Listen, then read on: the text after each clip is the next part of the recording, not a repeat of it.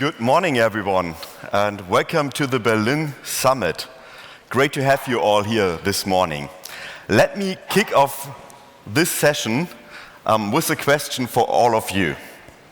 So, have you done online shopping recently? Raise your hands if you've bought something online in the last week. Okay, I see nearly all hands going up. You too, Oskar? Yes, actually, Martin. Earlier this week, the temperatures were rising, and I noticed that my short pair of trousers didn't fit anymore. So I had to buy one in emergency, actually, and I still haven't got it, as you've seen. But the experience was really nice. I got push notifications when the order was packaged. Everything was handled asynchronously. And but I wondered, how does this actually work? Yeah, and maybe that's a question for all of you. We are here as technical people, so we like this online shopping experience. It's super nice, it's very convenient how we can do that. But maybe that's a question for all of you guys. Try to imagine the architecture diagram for such a feature-rich shopping application. What did you see when you imagined this architecture diagram? Did you see like a highly integrated monolithic application? Or did you see loosely coupled microservices? Well, if you want to know how to build this mighty monolith, I have to tell you, you're on the wrong session today, this morning. There might be other sessions that help you to build this, but this session won't focus on that. If you want to know how to build an extendable and composable application using event-driven architectures, you're exactly in the right session this morning. My name is Martin Sakowski. I'm a senior solutions architect at Amazon Web Services, and I work with large retailers in Germany and help them to use serverless technologies and also apply event-driven architectures. And hi, everyone. My name is Oskar. I'm a senior solutions architect at AWS, and I work with partners together to help them bring their projects to life. So, yeah. Yeah, and we just found out it's not only the two of us that are doing online shopping. All of you are doing online shopping. We are all avid online shoppers. So we're going to use this example because you're all familiar with online shopping to explain you the concepts, the pitfalls, and best practices of event-driven architectures today. So what do we mean if we're talking about an event-driven architecture? I would say, in a nutshell, it is something happened and we respond. I know that is very, very complex concept that I just explained. So again, something happened, and we are going to respond to that. That might sound like an oversimplification, but that is truly the idea behind event-driven architecture. That is an architecture that uses events to trigger and to communicate between different services. And today we want to look into the basics of event-driven architecture. We want to look into different integration patterns, event properties, item potency. I don't know if you know what that is. And then a few other things. Basically, we want to cover everything from producing, transporting, and processing events. But first start with the event itself. So what is an event? Well, an event is a thing that happened. And that thing that happened has to be of importance for the system. So an event can be a change of a state. It can also be an update of a thing. Or as in our example, Oskar bought something online. So the event would be order created. Now we have this event, order created. Let's integrate that event into an architecture. And here we want to use a super simple architecture for the beginning. We don't want to confuse you with highly complex architectures. And in this simple architecture that we're seeing here, we have three different components. We have an event producer. Event producers, they know that something has changed. They create events because something has happened. Like in our shopping front end, someone has placed in order. And then we have something in the middle that is an element that is transporting events. And then we have consumers. They are interested in the events. They respond to events. They do something that has to be done in order to run your business, like handling the payments, for instance, starting the fulfillment process, maybe update the inventory once someone has bought something, or creating a sales report, doing personalization, and so on and so on. So if you look at this architecture, you would see the very first learning of this talk. You see that consumers can obviously completely be independent from the producers. So we can add more consumers to our architecture, and the producers don't know about those consumers. And that's cool because we somehow decouple our producers from our consumers. And here we need to talk about the concept of coupling. Coupling is really important for all architects, for all software developers, and we need to understand coupling if we're thinking about our architectures, and also about all the trade-offs we have to do in our architecture. For instance, we have to make a trade-off in every architecture between tight and loose coupling. And in event-driven architectures, if you followed the slides before, you might see like coupling that is exactly the opposite of what I want to achieve with event-driven architecture. So, we don't want to have things tightly coupled. We want them to be loosely coupled. We want them to respond to events all the time and not rely on any other service. So we need to understand different facets of coupling. And coupling, I would explain it as coupling is how we are integrating things. So coupling is a measure of dependencies between system A and system B. So the question is, what do you think? Should we decouple as much as possible for an event-driven architecture? Yes, okay. Not everyone is convinced. Maybe. The answer is maybe. Because coupling also has a cost. It has a cost at runtime, because decoupling has a cost at runtime. If you decouple, you're adding latency to your system, and you're also adding complexity to your system. So it has a cost at design time. And the thing, if you want to couple or decouple, that's not a binary decision. It's not one-dimensional. It's not that single choice you have to do for your architecture. Say like, yeah, we do decoupling or we couple a lot. We need to think through that for every single aspect of our architecture. And there are multiple facets we need to talk about. One thing is, for instance, technology coupling. If we implemented one part in our architecture in Java, and then we're building another part, do we also have to build it in Java? Or can we build it in Python or Golang, for instance, or Rust? That's technology coupling. Do we couple our systems by using the same technology? Or location coupling, like does one system has to know about the address of another system to talk to that system? Or do we have this layer of indirection, a registry in the middle where you can look up those values and you can change the address of a system later on, and you don't have to hard-code it into that system. That's location coupling. And a very important concept that we want to focus on today is temporal coupling. Temporal coupling means whether your system needs to communicate in near real time, because you have like request and response that have to happen at nearly the same time, or if we can apply an asynchronous pattern where those things can happen at different times. Well, the question is, how much should we couple our systems? And there's an architecture answer that every architect will give you. It depends. It depends on what. I like the advice from Gregor Hoppe. He said the appropriate level of coupling depends on the level of control you have over the endpoint. Well, let's think about this for a minute, because that's super important. How much control do we actually have above our endpoints? Are we really the owner of all of our endpoints that we're using in our architecture? Does that mean, can we change all endpoints that in our system? If we can't change all the endpoints as we want, we are reliant on something. And think about this, how often we build applications like that, where we have to rely on an endpoint and we can't control that endpoint. And then we build like mechanisms in our applications like, is this system up? Is it up? Is it up? Is it running? Do you understand my message? Can you please confirm that everything is fine? And so on. We're building those mechanisms because we're reliant on another system. We don't know how they exactly work. We can't control them. So, and if we rely on something we can't control, yeah, we have to cope with that. So the right level of coupling depends on the level of control we have over the endpoint. And there's a rule, that's the second learning for today. The less control we have, the less coupling we want.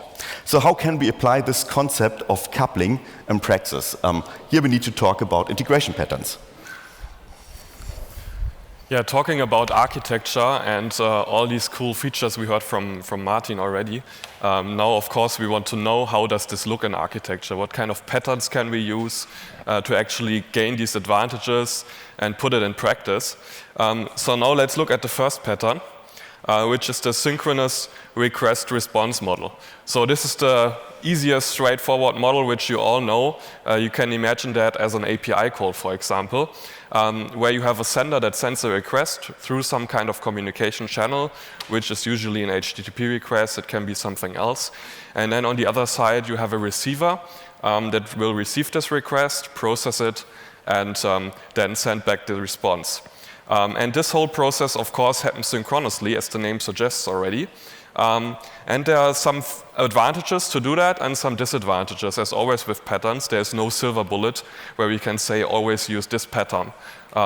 So let's take a look at what are some advantages. So advantages are we have low latency. Usually, it depends on what the request is and what the channel is, of course. The most straightforward advantage is usually that it's very simple to implement, right? So if you don't have much complexity in your system, you just want to send out a request to trigger some event at the other side, maybe, that's really easy to do. And also, you get a response back immediately. So you don't need to correlate the response. You can just handle that. But with advantages, there comes a few disadvantages you can imagine. So for example, what happens if the receiver goes down? Well, we cannot process this information, of course, so the request is lost. Also, you need to take care somehow of scaling the receiver and need some kind of load balancing. So how do you throttle the requests if the downstream systems are overwhelmed? That's also an issue. Also, think about if you send out this request now and the receiver is processing it. While the receiver is processing, the connection is still open, and you have resources blocked and allocated at the downstream systems. So that's also a question, how do you handle that? And of course, the more you scale your system, and the bigger it gets, if you don't want to have a monolith, then you need to think about microservices, and this whole orchestration becomes very complex to implement with synchronous request response. So of course, there must be a solution to that, right? And obviously, many of you know asynchronous point-to-point models. We also call that queues. And how does a queue work? And what are the characteristics? So as you can see on the left-hand side, we have a message that goes into the queue. And then one of the receivers, we don't just have one here lined up, but this can be numerous, so n receivers, is going to pick that up. And we call that a competing consumer pattern, because we have several consumers competing for messages, and we don't care how many are there. It can be 1, it can be 100. We just care that eventually someone picks that up, and if all the system is down, the queue has sort of a buffer, so it has storage to store these messages for a point of time. And what is also nice is that if you try to process this message and it fails, you can handle that as well. So you might want to say, I tried to process this message, my system got interrupted in the process for some reason. So this message automatically by the queue gets added back to the queue after a time. Because maybe the message is faulty, we don't want to overwhelm our systems by reprocessing it all the time. So we wait a bit to make sure that maybe the system comes back to a good state, and then we process it. And then after maybe 3 times we are still failing, we can still handle that also by putting it in a dead letter queue. So we just have one queue for all the faulty messages, store them, and analyze them later. Is an awesome feature of the queue. And this also means that if you have high loads in your system, like for example, we have in the retail example, a Black Friday, we have lots of people sending out orders. We don't want to lose that orders because we cannot scale our systems properly. We haven't planned for the capacity in advance, maybe not enough. And we can still collect these requests in the queue and then process them when we have time and send out the emails as confirmations, for example. So as I mentioned, they can buffer the load and flatten the peak. So you could consider them as buffering load balancers. And also, what I just mentioned before, the availability dependency. So that falls away. We don't care if the receiver is available because the queue, which is handled by a service typically, is always available and highly available. So, and how does the communication work with the queue? Also with the same type of request. So usually either an API, which is HTTP, or some other protocol, but usually it's HTTP. So it's very easy to implement. However, you can also see that there are some disadvantages. What are these? If we don't immediately get back a response, of course, we somehow need to handle that in the client. So imagine a website, you send out the order, you just get back, as you can see, an acknowledgement. So the client will know that the message has been taken, but it's not processed yet. We don't know the status of the order. We don't know when it will be processed. So you somehow need a communication channel back to the sender, which can be numerous ways to do that. And also then you need to handle that these requests. So this is a challenge to correlate these responses also. So imagine you send out 10 requests to the queue. You now need to think about what response belongs to which request. So you have additional complexity overhead, and you need to think about how to partition these events. But for things like where I don't care if the message is handled and how it's handled, like for example, I'm on a website, I'm doing some interaction, and I just want it to be tracked or want the downstream systems to know about and let them take care of the handling. I don't care about the response so much. That's really a great pattern also. So here are the disadvantages I just explained. And of course, we wouldn't be AWS if we didn't have a service for that handles that, which is SQS. It's a fully managed service. It scales almost infinitely and has all the features which I just mentioned. And this is actually the first AWS service. So you can see how important this is for us. We have another pattern here, which takes this one step further. So these message channels are topics. And these are publish, subscribe, or fan-out channels, how we call them. So you can imagine you have multiple subscribers on the other side that might be interested in several topics. And when a sender sends out a request, this is going to be handled by the subscribers. And you can think about this a bit like radio stations. If you tune on your radio to a certain frequency, then you receive all the messages that come in there. However, if you turn off your radio, you will stop listening. So you will lose everything that has been broadcasted. There is no buffer or storage, so to say. And this may or may not be unfortunate, but you can imagine this like running into the forest and shouting out the answer to life and universe and hope that someone will listen. So, the question is, how can we scale out the consumer side? Because we cannot simply add another process there, as the message would just be sent, as it would just be receiving all the messages. And also, typically, as they don't buffer messages, how can we make sure that we don't miss messages? When the subscriber, for example, is overwhelmed because we have too much messages in the system, or we have some unplanned maintenance. So these are the advantages here. And of course, you can also combine these patterns. So you could also combine what we see, the topics, together with the queue to sort of get the best of both worlds. Just pulling up the disadvantages here. And of course, we also have a service for topics, which is called SNS.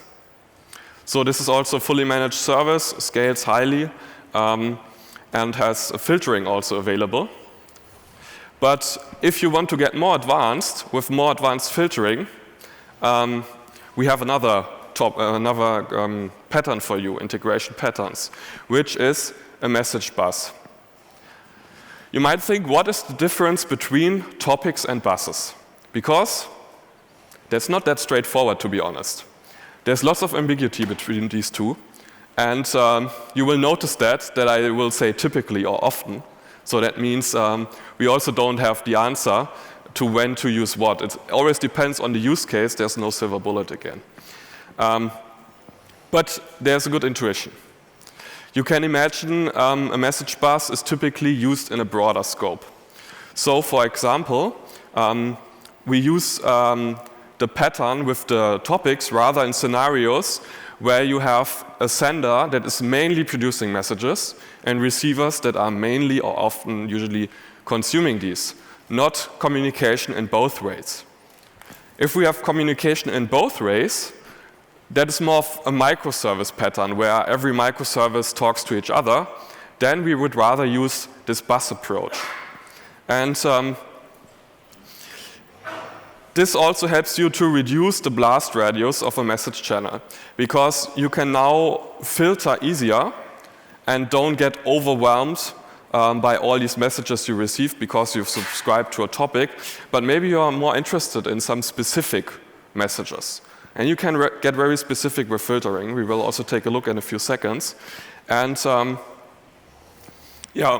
finally, these message buses usually have more features than topics, but also take that with a grain of salt because we are adding new features to the other services as well. For example, with SNS, you can now also filter for messages, which makes the differentiation a bit more challenging. But still, this intuition with the communication in both ways is really good.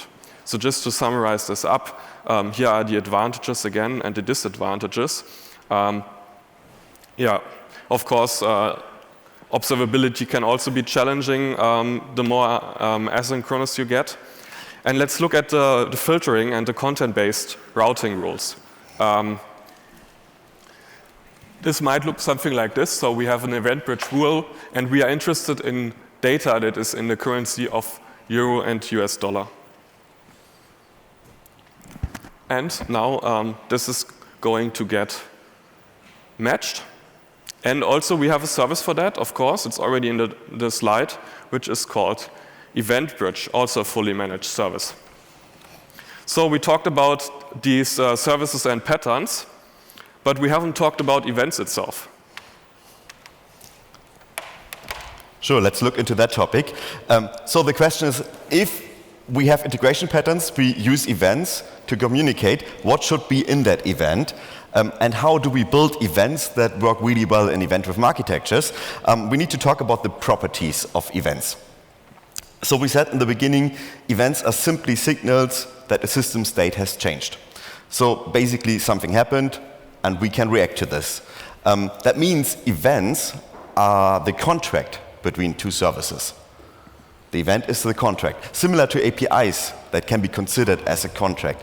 And if events are our contract, if they are so important, well, we need some rules how to build good events. And we want to explain some of those rules. The first one is, per definition, events occur in the past. For example, order created. And that's why we're having a naming convention for that, to enforce that pattern. We have a noun which is showing like what is the state, and then we have a verb, and that verb always in the past tense, which is showing what has changed with the state. Order created. Not creating order, but order created. First rule. Second rule, since events happened in the past, events cannot be changed, events cannot be deleted. Events are immutable. So if we want to change the effect of an event, yeah, we can do that. We have to emit another event that is kind of undoing the effect of that event. For instance, order cancelled. But we can't go back in the past and change properties of an event that just showed what has happened. So these are two very important rules for how to design events. What should be in the payload of the event? Well, events can contain different types of data. We don't want to limit that to any type of data. But the amount of data you put into the event can also be seen as coupling. And we talked about coupling a bit. So the more information you put into the event, the more coupling you kind of generate in a semantic way between your producers and the consumers. Let me illustrate that a bit. So with events, we usually have two extremes. We have sparse events and we have FoodState events. So sparse events only include limited details. Maybe the ID of that state that has changed or a value that has changed. For instance, order ID 123, maybe the time. And then with FoodState events, it also includes that ID. But it includes more information. It might include a bit more business context. In this case, we are including the order status, we're including the total order value, maybe the package size, whatever we need. We can include many, many information. These are two extremes. Oftentimes, we don't want to say use sparse events or FoodState events. We need to pick something in between. And let's think about this, what is the perfect choice for an event? Let's look into sparse events first. So the first one is if you don't have enough context in your event and you have a large number of subscribers, we learned we can have up to 12.5 million subscribers. So let's think about this. And then you have the idea, and it's order 123 was created. And many, many people interested in that order 123. Then those subscribers are all going to ask the source of truth that just generated that event.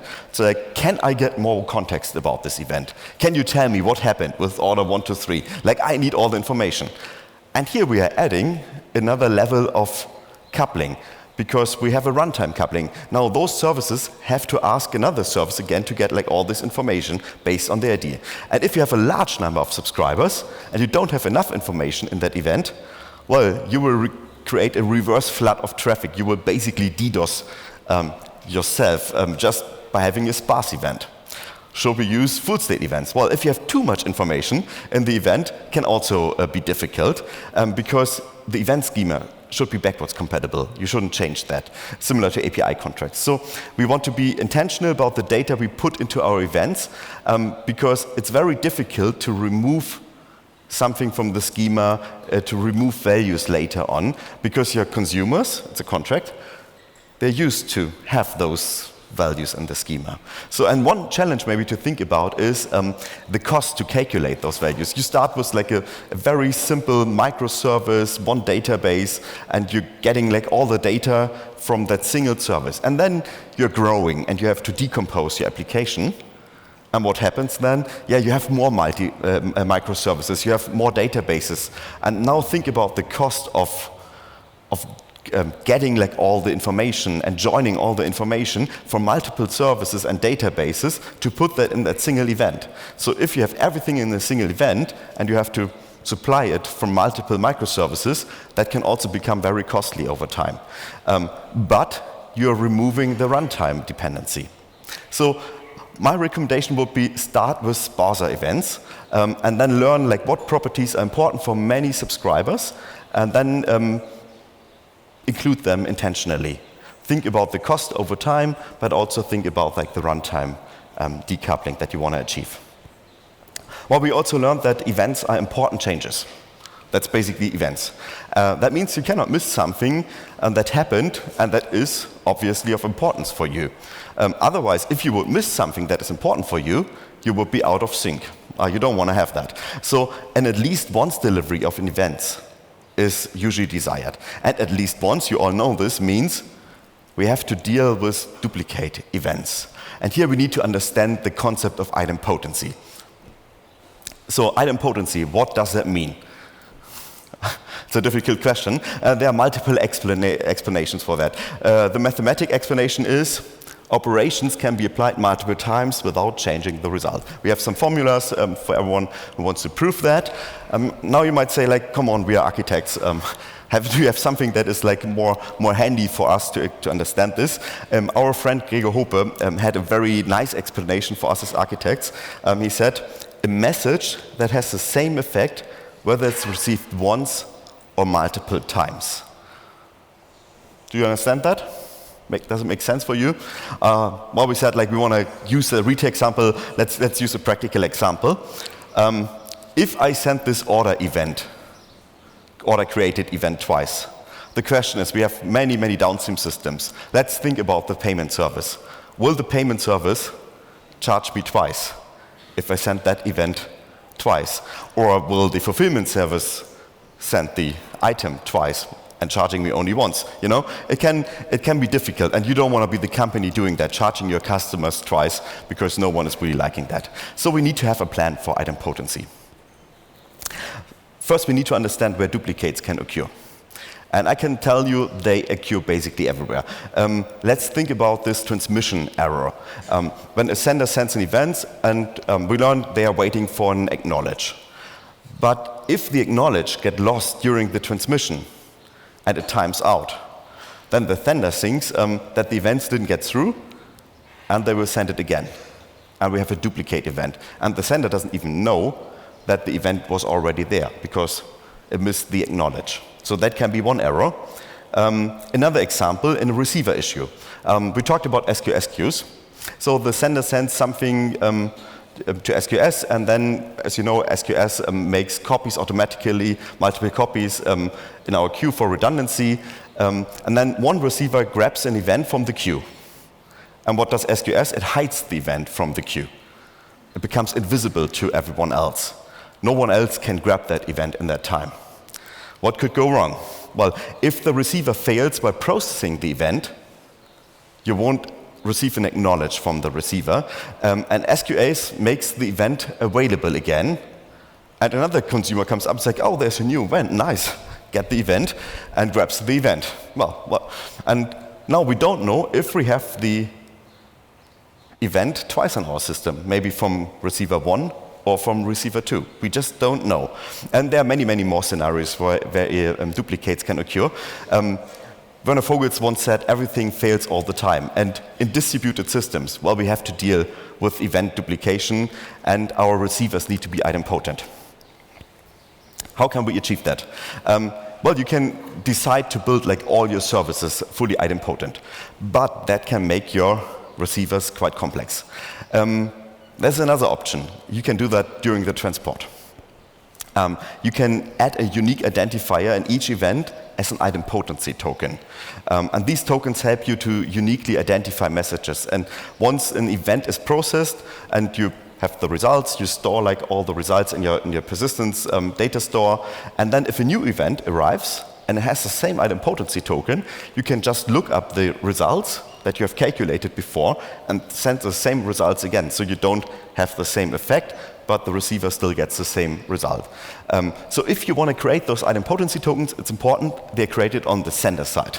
And if the sender has to resend an event, also that can happen, it's important not to generate a new idempotency token, because they are on the transaction level. And if you have to resend the same transaction, you have to use the same idempotency token. If you start a new transaction, of course, you have to create a new UUID. And I explicitly said UUID. Don't rely on any other values implicitly. Use a dedicated field for idempotency tokens. If you say, Martin, this is way too complex, I don't want to build like all of this, I highly encourage you to look into Lambda Power Tools, because we built all of this for you, abstracted this away from you, so you can just use the concept of idempotency tokens. Just a short way, explain how this works. Like, imagine we have the sender that generates idempotency tokens, 1 to 3, then the receiver gets the event, does what it has to do with that, and then sends back the correlation ID, 1 to 3, based on that idempotency token, and all good. But, now be careful. Bigger distributed systems have intermediary senders. So like there might be a sender between system A and B, because it's like forwarding messages and so on. They shouldn't overwrite an idempotency token, because then, if you would overwrite, the correlation ID would never match, and what would happen, you have all the data in the other system, but you don't know that they are there. So be very intentional if you're building idempotency tokens, how you build them, how you create them, how you integrate them in your architecture. And the learning here is never lose an order and never charge your customers twice. Okay, So now let's look at some concrete examples and architectural diagrams also shortly, still in the context of retail. And yeah, let's discuss these practical implementations of the concept that we have just discussed. Yeah, one important keyword here is composable commerce. And what we mean with that is that you have your e-commerce storefront and then multiple systems that are interchangeable, pluggable in between, that in the end connect back to your downstream systems like the CRM and ERP. And one of these prerequisites to build these composable solutions is, of course, to have a decoupled architecture. Otherwise, this doesn't work. So our patterns we have just discussed and all the events now come into play. And we have one example here, which I want to take a quick look at with you together, where we have event producers like the website and the mobile app on the left side. They create events like the order created, and this is handled by the event bus. Then we have several event consumers, where, for example, we send out a push notification to the receiver that the order has been created, confirming it. Maybe we have some kind of return process where we want to handle the returns. Or we have an inventory update, like now this item is taken and we want to reduce our inventory. So this can all be handled with the patterns we've just described. But we promised this would be a dynamic setup, right? And you might be thinking, and I'm looking in your heads right now, it's 2024. Where's GenAI? So, of course, you can also now plug in GenAI and personalize the content. So we could leverage Bedrock for that. That gives you access to a large selection of large language models, for example. You can integrate your data, use the augmented retrieval generation, and then generate some customized emails and use this knowledge and your company lexicon to brand, for example, or customize the emails. And we adhere to the logic and use event-driven architectures for that. So now, Martin, some key takeaways, maybe. So, what did we learn? What did we learn today? So, we learned that we have to think asynchronously because the world is somehow asynchronously. And we also have to think in events. And we have to create good events, because events are our contract, obviously. So we don't have to bloat our events, and we don't have to put them on a diet. And we have to find a long-lasting shape for all of our events. That is super important to have good events that actually work as a contract. And we have learned that we have to couple wisely. We have to understand the consequences of coupling and decoupling. And in order to do that, we have to understand integration patterns. You've seen some of them, Oskar presented a few of them, and we learned there's no one-size-fits-all. Like we don't recommend a single integration pattern. You have to understand your architecture and see like what problem you want to solve, what coupling problem, and then use the right integration pattern. And you have to understand deduplication and idempotency. Basically, don't charge your customers twice, they don't like this. And then if you apply all of this and you want to build applications with that, yeah, you can build composable architectures where those business capabilities are not part of a highly integrated monolith application, but these are services that can easily be plugged in, and the plugging mechanism, that is events. You connect your services by events. So that is next generation applications using event-driven architectures. And now it's your turn to build cool applications. Thank you for joining us this morning. Thank you very much.